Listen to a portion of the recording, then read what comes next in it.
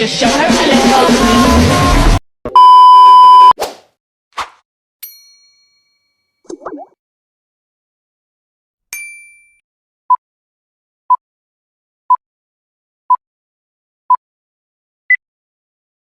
Nama saya Pekerti Krisna Saputra. Saya Maitre Prabhakana. Saya Nasra Hidayati. Saya Reva Yesi Amanda. Hari ini kita akan membahas topik yang sangat penting, yaitu suara demokrasi pemilihan kepala desa. Apa yang kamu ketahui tentang pemilihan kepala desa dan apakah kepala desa itu penting? Untuk pemilihan kepala desa adalah dua suara yang digunakan untuk memilih kepala desa di calon kepala desa di periode selanjutnya, yaitu 8 tahun yang akan datang. Nah, mengapa itu penting? Dikarenakan sosok kepala desa adalah sosok yang memiliki tokoh yang cukup sosial dan memiliki tanggung jawab yang tinggi, dikarenakan mengemban tugas-tugas serta mewakilkan dari rakyat-rakyatnya, serta memiliki dampak yang cukup besar bagi rakyatnya. Nah, di dalam pemilihan kepala desa, dalam proses itu apakah ada kecurangan yang dilakukan supaya dia terpilih menjadi kepala desa? Untuk prosesnya itu pasti ada kecurangan. Kita di tahap sosialisasi, dia itu bisa jadi di sosialisasinya itu ya menawarkan janji-janji manis dan sebagainya kepada masyarakat luas.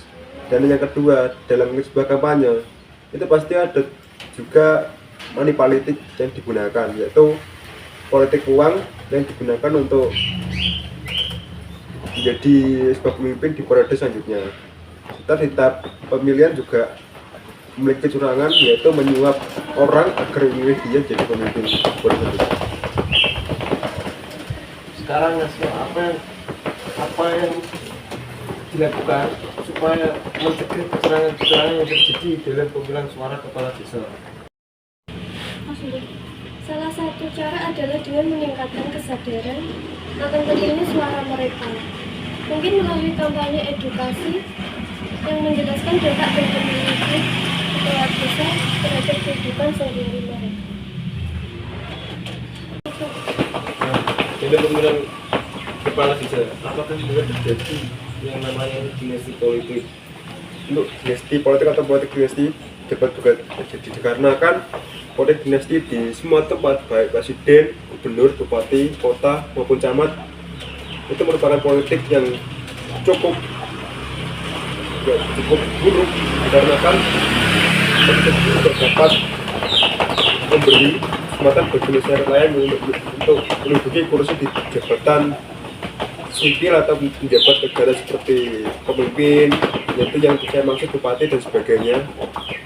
Serta politik dinasti itu merupakan politik individual suatu kelompok. Sekian, terima kasih. Nah, bagaimana cara untuk mencegah yang namanya politik dinasti?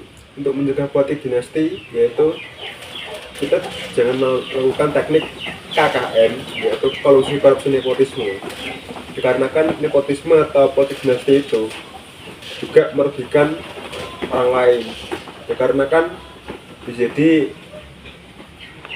memiliki dampak buruk, yaitu perbedaan visi misi yang dilakukan di sebelumnya, serta jika visi misi itu buruk, maka di periode selanjutnya itu pasti akan buruk juga.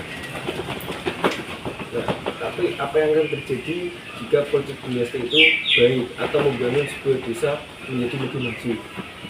Untuk membangun desa lebih maju, itu merupakan ide cukup baik, tapi tidak terlalu baik, dikarenakan mungkin itu menjadi bagus itu cuma janji manis saja, padahal di akhir atau di implementasinya itu pasti juga akan buruk, tapi tidak cukup buruk. Apa yang harus dilakukan jikalau kepala desa itu gagal menjalankan tugas-tugasnya dan malah memperburuk keadaan desa? Yang harus kita lakukan adalah melakukan demonstrasi agar pejabat atau kepala desa tersebut turun dari jabatannya. Dan kita harus mencari pengganti agar wilayah tersebut menjadi lebih baik dari sebelumnya. Sangat inspiratif sekali. Semoga semua warga dapat menyadari bahwa pengumpulan suara mereka itu sangat penting sekali karena dapat mempengaruhi 8 tahun ke depan apa yang terjadi di desanya. Dan semoga para pemimpin desa mengetahui bahwa dialah jembatan antara pemerintah dan juga warga. Stop money politik dan stop golput. Sekian, terima kasih.